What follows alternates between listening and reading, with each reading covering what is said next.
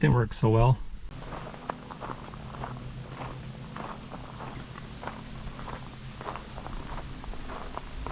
So I just got the car up so I can look underneath it now.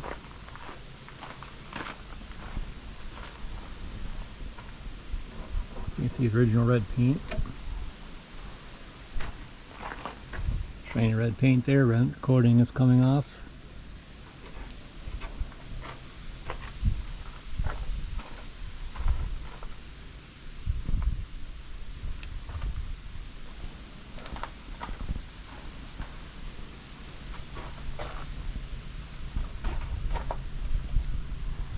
Surface rust isn't too thick. It's Minnesota car would be all scaly, but this looks pretty clean actually.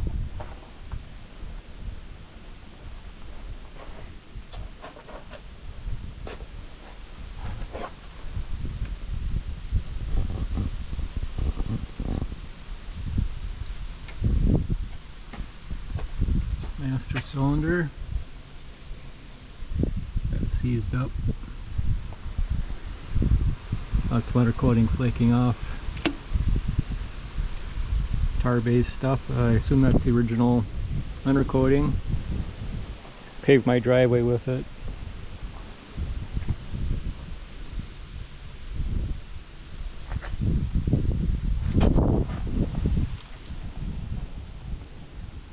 So if I take this cover off, I can get to the flywheel ring gear and then get a pry bar of some sort, screwdriver maybe, big flat blade screwdriver.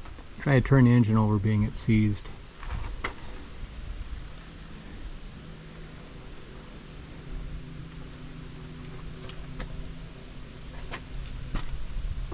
Still paint, black paint on the frame. Protected by the undercoating, which is peeling off. The frame looks really good. Now, rust hole here in the floor, that needs repair.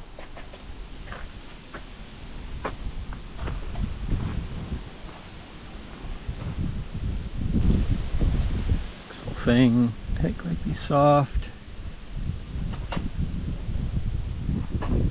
There's a hole punctured through.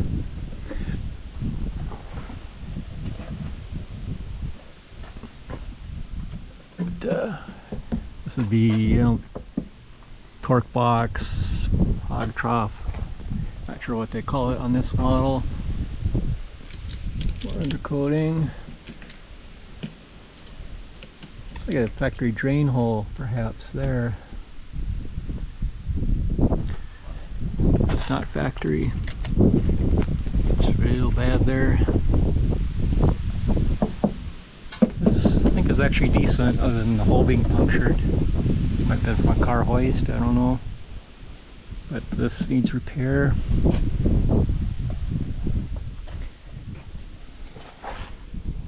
Is this the fuel line that's broke off? I guess that's what it is.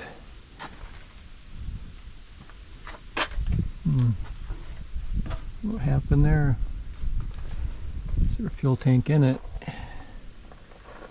Yep, there's a fuel tank. And here's undercoating flaking off the line. Okay, well, here it is. Alright, fuel line ends there. So about a 3-foot section missing approximately. Replace the whole thing, obviously.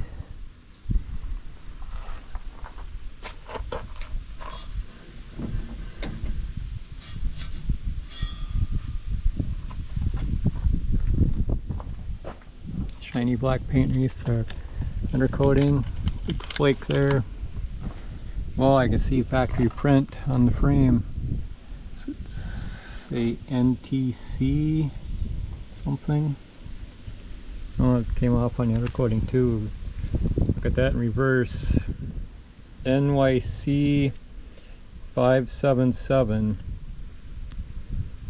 Any idea what that means? The outside here.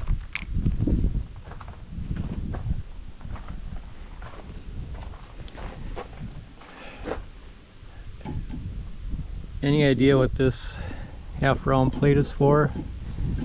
I can't imagine that being factory. It's on both sides. Doesn't appear anything was ever welded to it, such as a trailer hitch of any sort. It's like it's made to hit the ground so the car can't bottom out. I don't know, but you can see something got a little wild with the gas tank here. Took the undercoating off, dented it some. Doesn't look severe. The gas tank actually looks to be really great condition. I don't see any rust issues. A lot of times they rust out in the seams. This looks really good.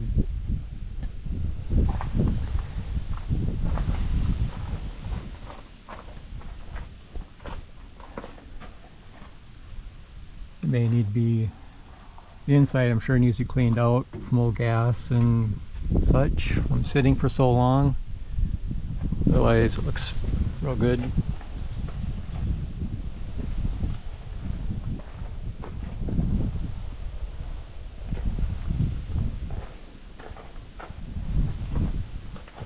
Some more of the red paint in there.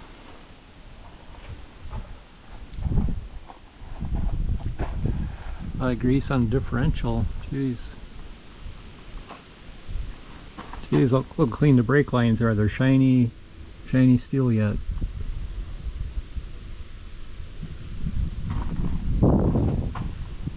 Shiny steel. Rusty here, undercoating came off prematurely apparently.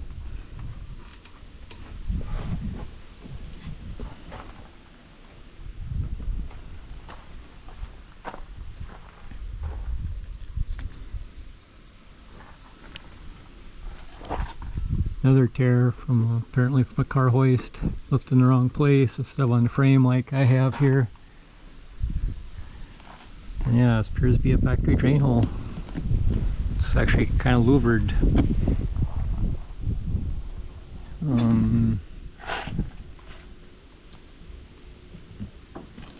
It's not rusted through, unlike the rocker panel that's got severe rust.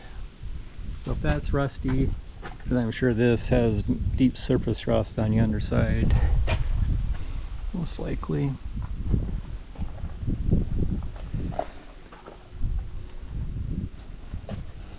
It's the back of the, I believe it's a Detroit Gear 200 automatic transmission.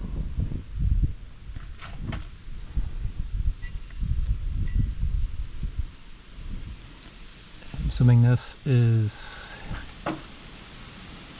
that's for backup lights, or that's a safety switch so it doesn't start in gear. I don't know what that is.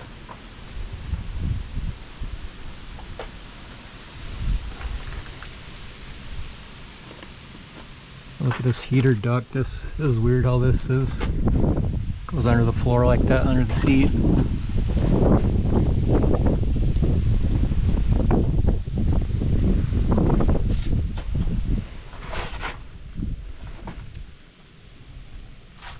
This is part of the brake system. Now this is an automatic transmission, so it's not a hill holder. I don't know what that thing is for.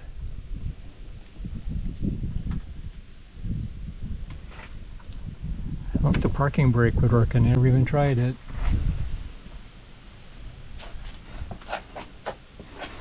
This vintage has a two-piece drive shaft.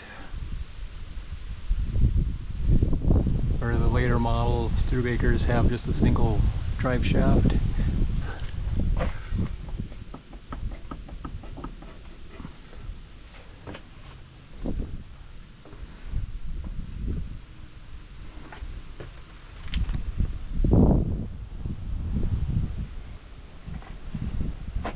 Alright, I think it's time I get to work and take that inspection cover off and try to turn the engine over. Got the bottom cover off, the bell housing. There is the ring gear and torque converter.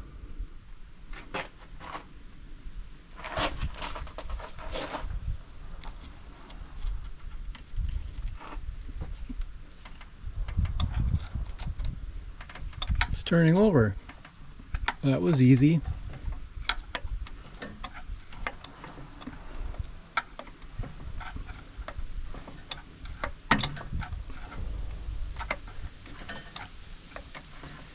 I last tried, well, maybe 3 days ago, grabbing the fan and fan belt, and I gave it all I had and it would not turn over.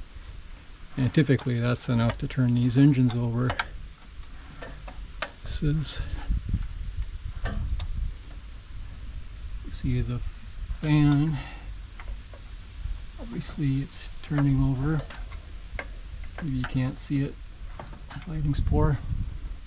Anyway, the engine is free. Next thing will be, I think I have to go buy a 6-volt battery, put it in here and see if the starter works. Alright, came back from town, got a new battery. If I remember correctly, the ground on these is actually the positive terminal. So I'll put the other one on the negative.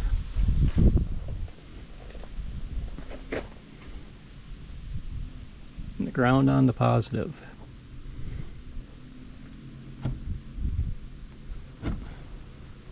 Got goop on the battery clamps. Just want to see if it'll turn over to begin with. I already know the engine's free, but want to know if the starter is good.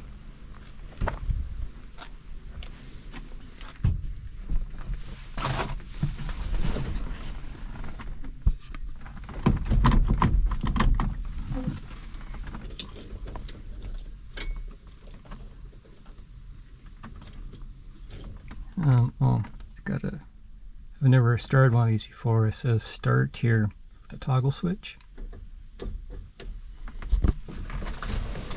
Maybe it doesn't work.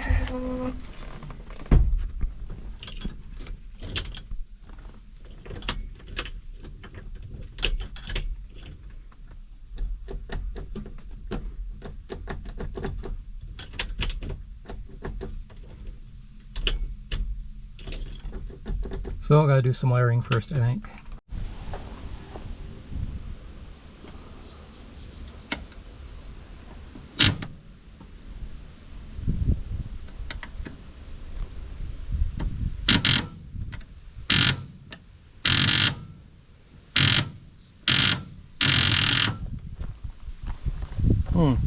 Interesting. I see the engine's turning over when I do that.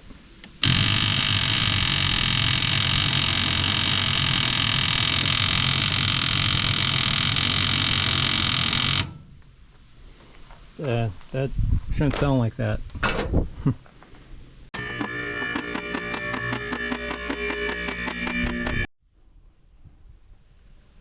It appears the teeth are meshing all the way. I can see it shiny from the starter drive contacting teeth. But I'm gonna take that starter out, see why it's making that weird noise. There it is. The starter drive is stuck in the outward position. Although the engine didn't start, if it had started, it should have wound itself back. So that's maybe fine.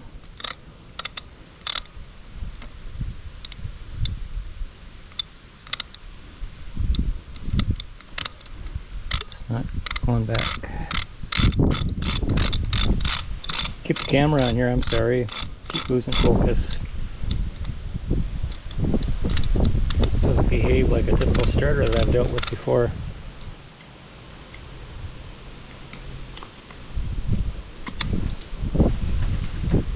Spring pressure, but it's not letting it go back.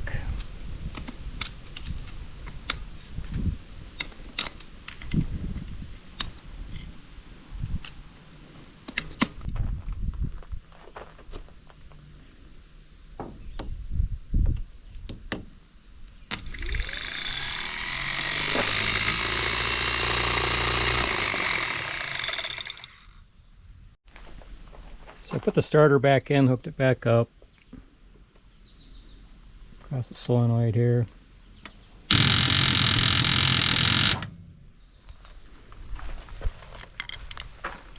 Thinking maybe my starter solenoid is faulty. Looks like a new aftermarket. This is Eklund, they're from Napa.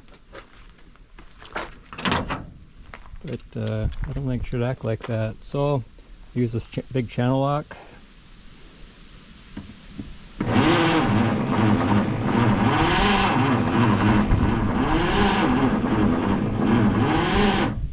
That sounds a lot better. Turns over slow, but it's not making any weird buzzing noises at least. So. I see dual ignition points in here. I didn't realize they use dual ignition on these older V8s. If I can see any spark jump. I got the key on right now.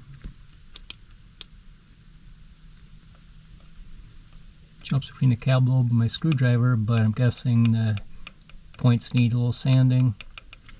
But at least there's current going into there. I removed the ignition rotor. This tab looks real good. There's a carbon rod here that connects this contact to the outer contact. It was popped up, so I pushed it down in there.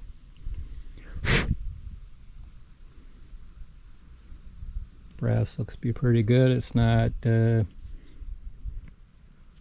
deteriorated from spark jumping.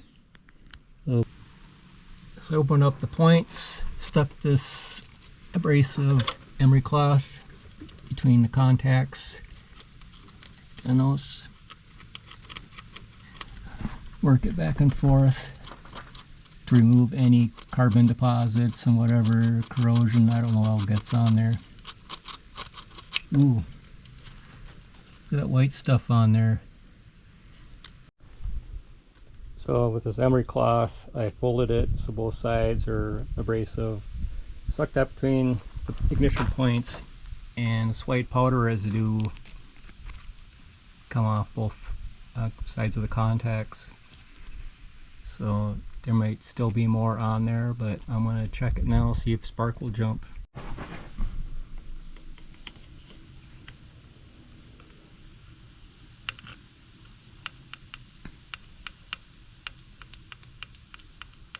I can hear it jumping spark. I don't physically see it. Oh, there I saw a spark jump. Well, that was nice. Ooh, some nice spark coming there. I'll give it a shot of starting fluid and see if it'll fire.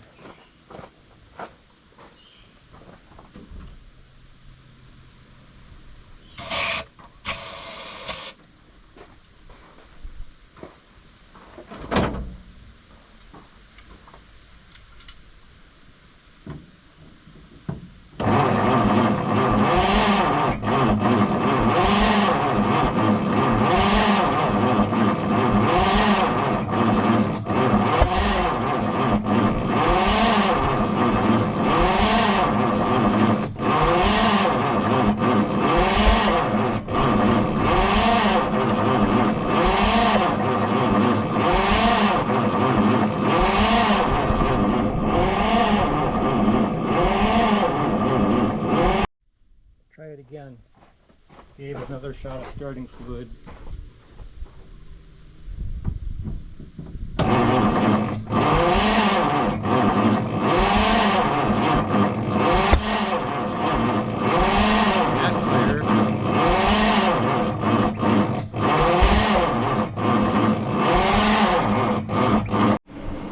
I would say the battery was pretty well drained. It's taking a really strong charge.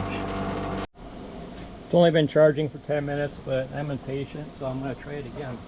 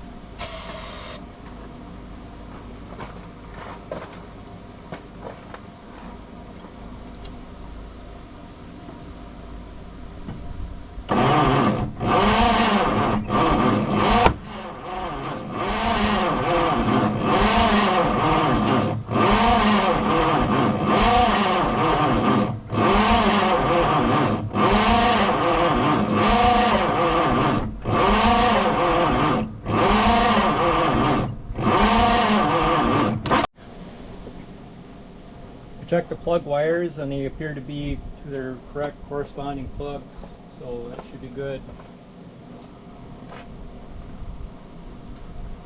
Try it again here.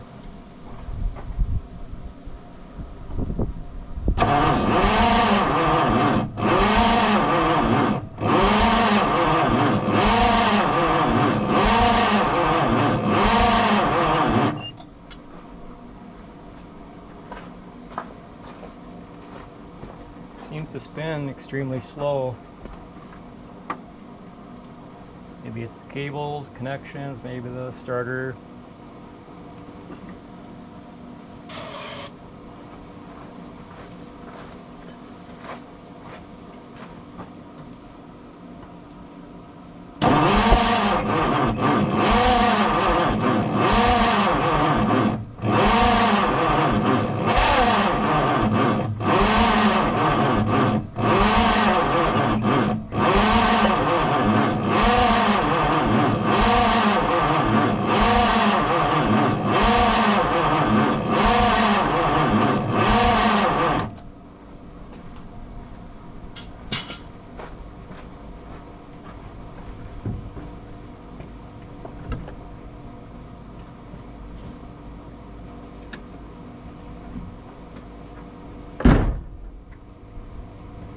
Maybe I have valves that aren't closing, so I'm not getting proper compression to make it combust.